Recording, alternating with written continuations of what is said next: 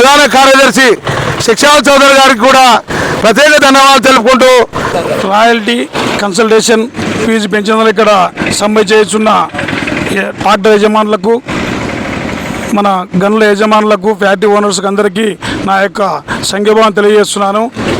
ముఖ్యంగా ఇది గత ప్రభుత్వం తెచ్చిన చీకటి జీవోను కప్పిపుచ్చి గత ప్రభుత్వము చీకటి జీవో తెచ్చడం జరిగింది. ఆ జీవో ఇప్పుడు ఇంటిమేషన్ చేయడం జరిగింది. ఆ ఇంటిమేషన్ను చేయడం వల్లే ఈ రాయల్టీలు, ఈ కన్సిడరేషన్ ఫీజు అనుకో, సీనియరైజ్ ఫీజు అనుకో, గత ప్రభుత్వం సీనియరైజ్ ఫీజు కూడా ఒకటేసారి 5 రెట్లు పెంచడం జరిగింది. ఇవన్నీ పెంచి ఆ ప్రభుత్వం చీకటి పెట్టడం వల్లనే ఈరోజు ఇది తెరపైకి రావడం ఈరోజు జరుగుతున్నది. దీన్ని ఖచ్చితంగా మేము మా ప్రభుత్వ పెద్దల దృష్టికి తీసుకెళ్ళి ఈ కన్సల్టేషన్ ఫీజు అనుకో, అదేవిధంగా మనం ఈ సీనియరైజ్ ఫీజు అనుకో, డెడ్ ఎండ్ సీనియరైజ్ ఫీజు అంటే డెడ్ ఎండ్ అనుకో, అదేవిధంగా ఈసీ మనం ఈ డీల్ తెచ్చుకోవాలంటే ఈసీ పరిమితులు ఇవన్నిటి కూడా చర్చించడం జరుగుతున్నది. మన తెలుగుదేశం పార్టీ పెద్దలు ఇవన్నీ ఎంతో ముందుకు తీసుకెళ్తున్నారు.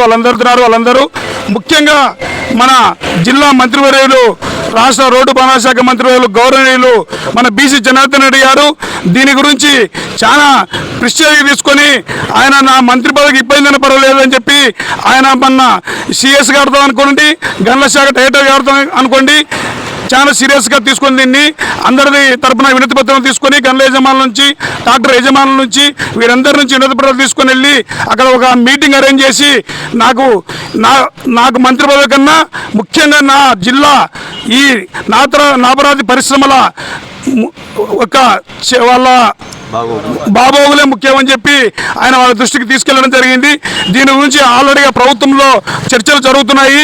మన మంత్రివర్యులు దీన్ని ఖచ్చితంగా మనకు పాత పద్ధతిలో తెచ్చేంత వరకు వదిలిపెట్టేది లేదని చెప్పి ఆయన పట్టుబట్టి ఉన్నారు. ఆటోమేటిక్గా మంత్రివర్యులు కూడా మన మంత్రివర్యులు ముఖ్యమంత్రి గారు కూడా తెలియడం జరిగింది.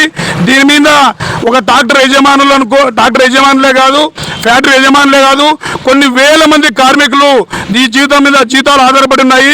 మన రాష్ట్రం మీద కాకుండా ఇతర రాష్ట్రాల నుంచి కూడా ఇక్కడికి వచ్చి వాళ్ళకి జీవనోపాధి చేయడం జరుగుతుంది.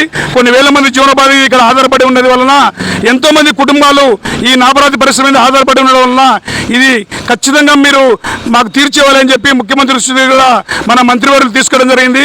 అలాగే మన రాష్ట్ర seed corporation chairman Dharmana Subbareddy గారు కూడా ఈ జోన్ 5 కమిటీ వాళ్ళతో మాట్లాడడం జరిగింది. దీని గురించి ఆయన కూడా ఈ ఈసీ అనుకో, పొల్యూషన్ అనుకో ఇవి చాలా ఇబ్బంది పెడుతున్నాయన్నా, మీరు మాకు తొందరగా చేసి మా యొక్క యజమానులను అనుకోండి, ఈ కార్మికులు వీళ్ళందరికీ మీరు తొందరగా ఉపశమనం కలిగించాలని చెప్పి జోన్ 5 కమిటీ వాళ్ళు కూడా తీసుకెళ్ళడం జరిగింది. వాళ్ళు కూడా గట్టి హామీ ఇవ్వడం జరిగింది మన సుబ్బారెడ్డి గారికి. ఖచ్చితంగా సుబ్బారెడ్డి గారు మీకు మేము ఇది చంద్రబాబు నాయుడు దృష్టికి తీసుకెళ్ళి మీకు తొందరగా దీన్ని క్లియరెన్స్ చేస్తారని చెప్పి ఇంతకుముందుకు నేను ఆ రోజు మాట్లాడినప్పుడు నేను ఆయన దగ్గరే ఉన్నాను. ఆయన కూడా ఈ విధంగా వాళ్ళ దృష్టికి తీసుకెళ్ళడం జరిగింది. ఖచ్చితంగా మన మంత్రివర్యులు ఈ నెల రోజుల లోపలనే దీన్ని ఒక కొలిక్కి తెచ్చి మీకందరికీ ఉపశమనం కలిగించి ఈ నాపరాతి పరిశ్రమ మీద ఆధారపడిన అందరి పేదలు అనుకోండి, యజమానులు అనుకోండి, చిన్న మధ్యతరగతి ధర ప్రజలు అనుకోండి, అందరికీ ఉపశమనం కలిగిస్తాడు. దీంట్లో మీరు ఎటువంటి ఇబ్బంది లేకుండా మీ నిరసనకు నా సంఘీభావాన్ని తెలియజేస్తున్నాను. కానీ మీ తొందరగా ప్రాబ్లం సాల్వ్ చేస్తామని చెప్పి తెలుగుదేశం పార్టీ బేదంచెర్ల పట్టణ ప్రధాన కార్యదర్శిగా నా యొక్క సంఘీభావం మీకు తెలియజేస్తున్నాను. నాకు ఈ అవకాశం ఇచ్చిన మీకు అందరికీ ప్రత్యేక ధన్యవాదాలు. జై హింద్.